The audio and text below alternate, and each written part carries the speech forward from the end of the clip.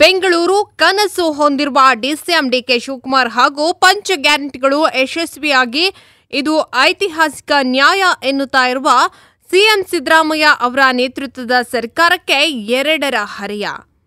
ಕಾಂಗ್ರೆಸ್ ಅಧಿಕಾರಕ್ಕೆ ಬಂದು 2 ವರ್ಷವಾಗಿದೆ. ಜನರ ಲೂಟಿ ಹೊಡೆದಿದೆ. ಭ್ರಷ್ಟಾಚಾರ ತಾಂಡವಾಡ್ತಾ ಇದೆ.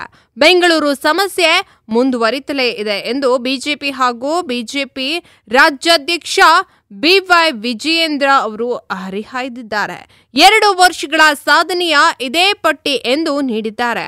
ಅಧಿಕಾರಕ್ಕೆ ಬೇಕಾಬಿಟ್ಟಿಯಾಗಿ ಅಪೂರ್ಣ ಗ್ಯಾರಂಟಿಗಳನ್ನ ಘೋಷಿಸಿ ಅಧಿಕಾರಕ್ಕೆ ಬಂದು ಜನರನ್ನ ಲೂಟಿ ಹೊಡೆದಿದ್ದೇ ಕಾಂಗ್ರೆಸ್ ಸರ್ಕಾರದ 2 ವರ್ಷದ ಸಾಧನೆಯಾಗಿದೆ.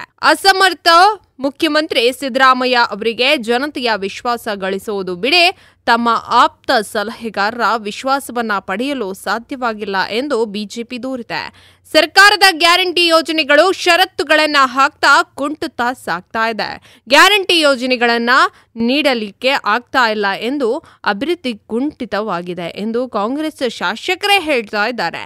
ಇನ್ನು ರಾಜ್ಯ ಸರ್ಕಾರದ ಖಜಾನೆ ಸಹ ಖಾಲಿಯಾಗಿದೆ. ಗ್ಯಾರಂಟಿ ಯೋಜನೆಗಳಿಗೆ ಹಣ ಸಮಯಕ್ಕೆ ಸರಿಯಾಗಿ ಬಿಡುಗಡೆಯಾಗ್ತಿಲ್ಲ.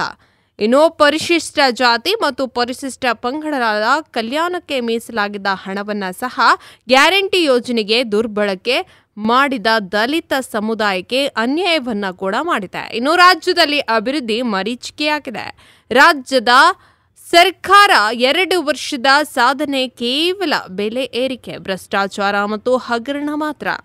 ರಾಜ್ಯದ ಮುಖ್ಯಮಂತ್ರಿಗಳ ರಾಜೀನಾಮೆಗೆ ಈಗ ಮತ ಕೊಟ್ಟ ಮತದಾರರೇ ಕಾಯ್ತಾ ಇದ್ದಾರೆ ಎಂದು ಬಿಜೆಪಿ ದೂರಿದೆ. ಇದೇ ವಿಚಾರವಾಗಿ ಸಾಮಾಜಿಕ ಜಾಲತಾಣದಲ್ಲಿ ಪ್ರತಿಕ್ರಿಯಿಸಿರುವಂತಹ ಬಿವೈ ವಿಜಯೇಂದ್ರ ಅವರು ಬೊಗಳೆ ಬಿಡುವ ಭರವಸೆಗಳು, ಖಜಾನೆ ಬರಿದು ಮಾಡುವ ಜಾಹೀರಾತುಗಳು ಕೊಟ್ಟಿದ್ದು ತಲುಪ್ತಾ ಇಲ್ಲ, ಬಚ್ಚಿಟ್ಟಿದ್ದು ಇನ್ನೂ ಪತ್ತೆ ಹಾಕಿಲ್ಲ, ಕೊಳ್ಳೆ ಹೊಡೆಯೋದು ಕೊನೆಯಾಗ್ತಾ ಇಲ್ಲ, ದುಬಾರಿ ಜೀವನ, ಅಭಿವೃದ್ಧಿ ಶೂನ್ಯ ಆಡಳಿತ. ಇದುವೇ ರಾಜ್ಯ ಕಾಂಗ್ರೆಸ್ ಸರ್ಕಾರದ ಬೆಲೆ ಏರಿಕೆಯ 2 ವರ್ಷಗಳ ಲೂಟಿ ಸಾಧನೆಗಳು ಎಂದು ಅವರು ಟೀಕಿಸಿದರು.